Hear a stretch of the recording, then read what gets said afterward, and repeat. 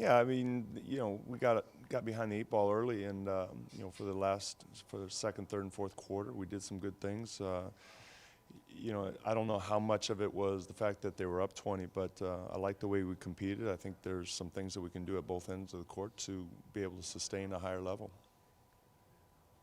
Terry, how much do you think health impacted Damien's game last night with the cold? You'd have to ask him, which I'm sure you already have. We have. Yeah, so whatever he said is the right answer. But he's not going to make any excuses in this And situation. I'm not either. You're not either. Yeah, whatever Damien said about his health that's what we're going with. Terry, would you say that after watching the film and kind of working on the game plan for Game 2 that you're making fewer or less adjustments in this series than you did after Game 1? I think kind of the short answer to that is a little bit less, only because it's such a different style. So the adjustments that we're making for this series is just trying to adjust from playing a team that's so different than the team that we just played 6 games. Clippers play a different style of game, and that's the adjustment we have to make. Terry, when your guards penetrated, it seemed yesterday that they were able to get into the lane, and once there, they found double and triple teams. There were people open somewhere, usually on the perimeter. Did you look at that on tape a lot with the players today? Are you going to be better at hitting those open guys? Yeah, it's there's a fine line. I mean, we ask a lot of Dame and CJ in particular to be aggressive, drive the ball, get into the lane, and then the decision making is you got to make it quickly. And both of them are very good at scoring around the basket, but they both need to recognize when guys are open. So Golden State's a really good defensive team. They've shown that all year. They protect the paint. Bogut protects the paint. Their weak side is tight. So I don't want to take away their aggressiveness of going to the basket. That's what they do well. But making the decision once you get there is one of our adjustments. What did you think of the defense yesterday overall? It got better as the game went along. Clay had an outstanding first quarter. Some of those shots you can't really do much about, but it got better. And like I said, with a 20-point lead, whether they let up or not, I don't know. But I thought we improved, especially after the first quarter. How important will it be then in Game 2 to get off to a better start? And I guess what goes into that? Well, we can't get down 20. So that would be anything less than 20 would be a better start. I mean, but when it comes right down to what goes into it, what do you guys need to do to get off to a better start? Well, we missed some shots early. 3 of our first 4 possessions were wide open 3, wide open shot in the paint, and a drive to the basket. So, we got to be prepared to make the shots, and we got to make them feel a little less comfortable at the start of the game, especially with Clay. I mean, they're a first quarter team. They're the best in the league at getting off to good starts. So we have to be able to match that. Terry, you said yesterday that versatility is their strength. Don't you think One of their strengths. Sorry. They have many strengths, but that's one of them. Would you say that your team has showed throughout the year that your versatility is a strength as well? Yeah, I mean, I think one of the reasons that was one of the reasons that helped us win the previous series, being able to have different people guard different players.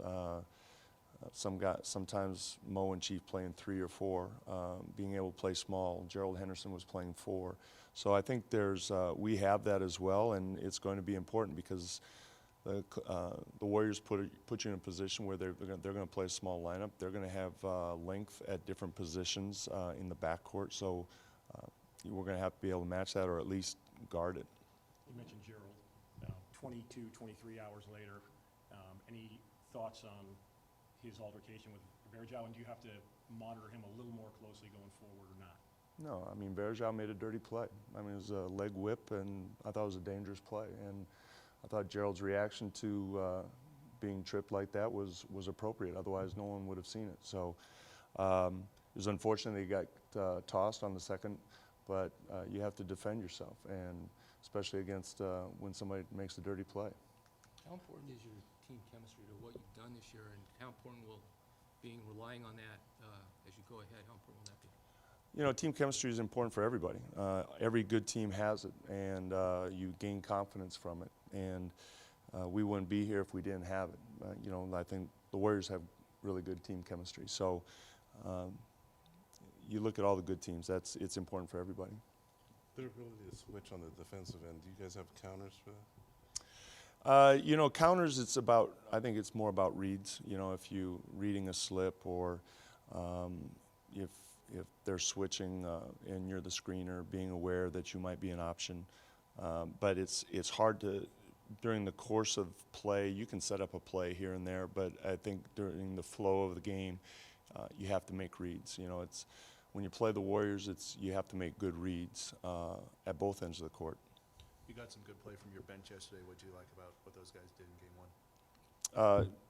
Well, primarily you look at the offensive end. Allen had a good rhythm offensively. He worked defensively. Gerald, again, he brought some toughness and made his shots. I thought Ed Davis, we made our run when probably against their second unit, but Ed was setting good screens and rolling to the basket and making plays there. So there's no question those three guys coming off the bench made a difference for us. Some coaches and players will say a court is a court and an arena is an arena. It's 94 feet. It's no big deal. And some people say, what, the atmosphere does affect the game. Does the atmosphere affect the game here in Portland, most places?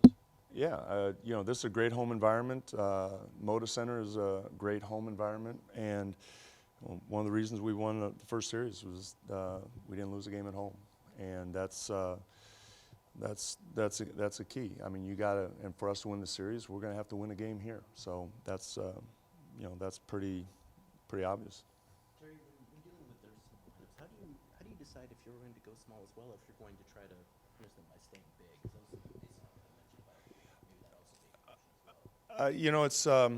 It's a read.